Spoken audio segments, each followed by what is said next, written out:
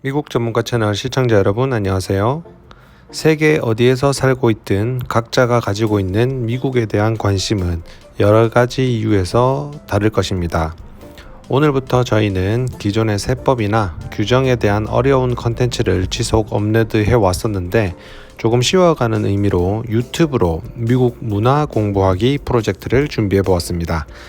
미국 문화가 좋다, 나쁘다 라는 평가의 의미가 아니라 세상 모든 것이 장단점이 있겠지만 미국이 어떤 사회문화적 분위기를 가진 나라인지 시청자 여러분들께 알려드리는 의미 있는 시간이 되기를 바라며 오늘부터 7개의 소주제로 나누어 미국에 대한 공부를 하려는 꼭 알아야 하는 7가지 미국 사회문화는 무엇인지 설명해드리는 시간을 가지려고 합니다. 영상을 보시면서 공감이 가시면 손가락의 원클릭의 에너지 너무 아끼지 마시고 구독, 좋아요와 알림 설정 해주시면서 지금 바로 시작하겠습니다.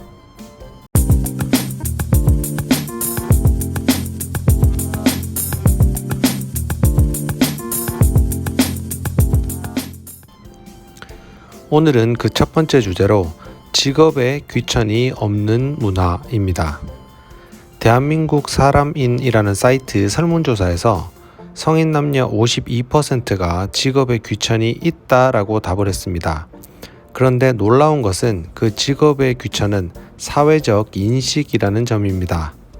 어느 여자분이 본인이 사귀는 남자친구를 부모님께 소개를 해드리려고 엄마, 나 남자친구 인사시키려고 라고 물으면 가장 첫 번째 답이 대부분 뭐 하는 사람인데?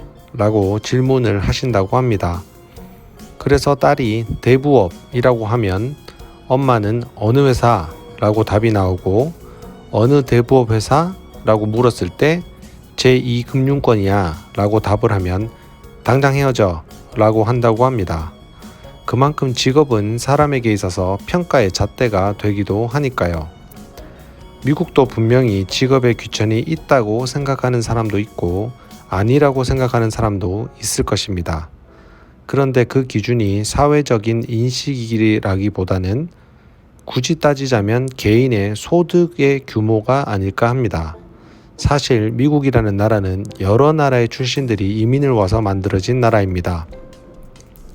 여러 개로 갈라진 연방 국가들이 전쟁으로 통합이 되고 유럽의 발달된 산업이 빠르게 들어오고 풍부한 자원과 뚜렷한 사계절 덕에 빠른 시간 아래 자체 산업이 급격히 발달하고 그러다 보니 그 수많은 분야에 종사하기 위해 각 나라에서 똑똑한 이민을 온 인재들이 또 다른 후학 인재들을 양성하며 오늘날 분야를 막론하고 선두권에 있는 세계 초인류의 국가가 되었습니다.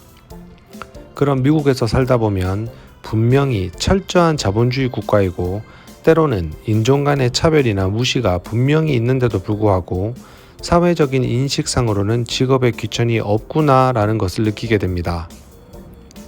돈을 많이 벌고 적게 벌고 힘이 더 들고 적게 드는 직업이 있을 수는 있지만 미국에서 직업은 개인의 돈벌이의 수단이며 생활의 일부분일 뿐입니다. 미국에서 살아보신 분들은 그렇지 라고 공감을 하실 그 증거 몇 가지를 생활 속에서 예를 들어 보겠습니다. 첫 번째, 앞서 에피소드처럼 남자친구를 소개하는 상황에서도 말씀을 드렸지만 한국에서는 갓 회사를 입사한 사람을 만나면 보통 너 어느 회사 다니니? 라고 질문을 하게 마련입니다. 한국에서는 전혀 어색하지 않은 대화의 물꼬를 트는 질문이지요. 그러나 미국에서는 어느 회사를 다니냐는 질문보다는 무슨 일을 하느냐는 질문을 먼저 합니다. 마치 한국에서 대학생에게 첫 대화의 물꼬가 너 어느 대학 다니니? 라는 게 자연스러운 첫 질문이라면 미국에서는 넌 전공이 뭐니? 가 더 자연스러운 것처럼 말이지요. 그러다 보니 미국에서 태어나거나 자란 사람들이 모인 사적인 모임을 가보면 그 사람이 직접 어떤 분야에 종사를 하는지 먼저 묻고 그 직업에 대한 분위기나 상황, 일을 하게 된 계기나 전공 등으로 이야기가 이어지는 경우는 자주 볼 수 있지만 어느 회사를 다니냐는 질문이 선행되지는 않습니다. 그렇다 보니 신기하게도 대부분의 미국 학생들은 전공을 살려 직업을 선택하는 경우가 매우 많고 필요에 따라 대학을 다니다가도 편입이나 전공과를 옮기거나 직장을 다니면서도 추가적인 자격증 혹은 학위를 위한 공부를 하거나 또는 이직을 하는 것에도 고민을 하는 경우가 잘 없습니다. 그냥 내가 판단하고 하려고 한 일을 그때그때 찾아서 하고 어떤 특정한 직업인이 되는 것이 인생의 목표가 되는 경우는 잘 없기 때문입니다. 이미 특정 직업을 원한다면 성인이 되기 전에 학창 시절부터 준비하는 학생들은 있을 수 있겠지요. 두 번째, 어떤 직종에 있는 사람에게 물건을 사거나 서비스를 내 돈을 주고 받더라도 손님이 왕이다 라는 분위기는 아닙니다. 소위 뉴스에서 자주 나오는 갑질이라는 단어를 쓸 일이 거의 없다고 보면 될 정도입니다. 나는 정당하게 돈을 주고 샀으니 내 권리를 요구할 권한이 있고 서비스나 구매를 한 사람도 판매자에게 감사의 표시를 하고 반대로 판매를 한 사람도 역시 너 때문에 내가 돈을 번 것에 감사하면서 동시에 나 역시 정당한 물건 혹은 서비스를 제공했으니 서로 감사해야 한다라는 분위기입니다. 따라서 커피숍에서 커피를 한 잔 받더라도 누가 간단히 물건 하나 건네주더라도 항상 땡큐라는 말을 쉽게 하고 특히 서비스의 경우는 팁 문화까지 있기 때문에 마치 감사의 의미가 상호 금전적 가치로 매겨지는 느낌까지 주게 하니까요. 세 번째, 미국은 완벽한 자본주의 국가이다 보니 무슨 일을 하느냐보다는 얼마를 버느냐가 더 중요합니다. 대부분의 자본주의 국가도 그렇겠지만 그래서 직업에 귀천이 있다고 보는 분들도 사회적 인식보다는 수익에 더 비중을 두지 않을까 합니다. 불법을 자행하지 않는 이상 아무리 편한 일을 하더라도 돈을 잘 버는 일을 더 선호하지 몸이 편한 일을 선호하지는 않습니다. 직업의 안정성보다는 직업의 대가성을 더 중요시하고 사무직보다는 기술직이나 전문직을 더 선호합니다.